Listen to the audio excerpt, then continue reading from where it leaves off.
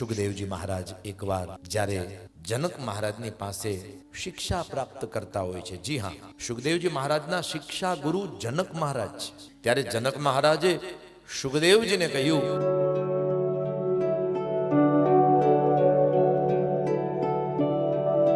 સુખદેવજી મહારાજ એકવાર જ્યારે જનક મહારાજની પાસે શિક્ષા પ્રાપ્ત કરતા હોય છે, જી હા, સુખદેવજી મહારાજના શિક્ષા ગુરુ જનક મહારાજ છે, ત્યારે જનક મહારાજે સુખદેવજીને કહ્યું કે હવે મારી શિક્ષા ઉપદેશ એ અહીંયા પૂરો થાય છે.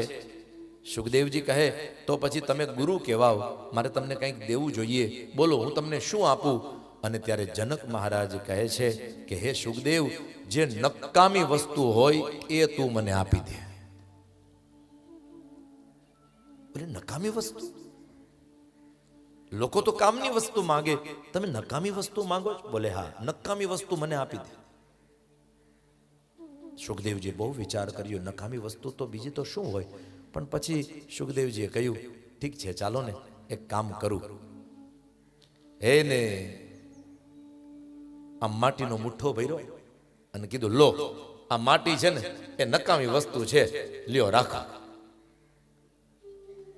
જનક મહારાજ કહે, ના, આ માટીમાંથી માટલું બને છે, મટકું બને છે, માટે માટી પણ નકામી નથી, કંઈક બીજું આ. પથ્થર પડ્યો તો પથ્થર આપ્યો, લો આ પથ્થર, આ નકામું છે, આનું શું કામ? નહીં નહીં સુખદેવ, આ પથ્થરથી ઇમારત બને છે, ઘર બને છે, કોકના મકાન બને છે, માટે આ પથ્થર પણ કંઈક કામનો છે. પછી તો સુખદેવજી મૂંઝાણા.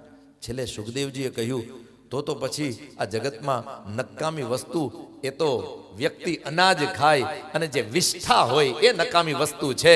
ત્યારે જનક મહારાજ કહે, નહીં, વિષ્ઠા પણ નકામું નથી, કારણ કે એને પણ કોઈક જીવડા ખાય અને પોતાનું પેટ ભરતા હોય છે, એ પણ નકામું નથી. મારે તો નકામી વસ્તુ જોઈએ, બોલ શું આપીશ? અને હવે સુખદેવજી મહારાજને કંઈ સમજાતું નથી. છેલ્લે સુખદેવજીએ કહ્યું, હે જનક મહારાજ, મને નથી ખબર કે એ નકામી વસ્તુ શું, તમે જ કહી દો. અને ત્યારે જનક મહારાજે કહ્યું, આ દુનિયામાં સૌથી નકામી વસ્તુ હોય તો જીવ જે અકારણ અભિમાન કરે છે, અભિમાન સૌથી નકામી વસ્તુ છે. તારું અભિમાન તું મને આપી દે.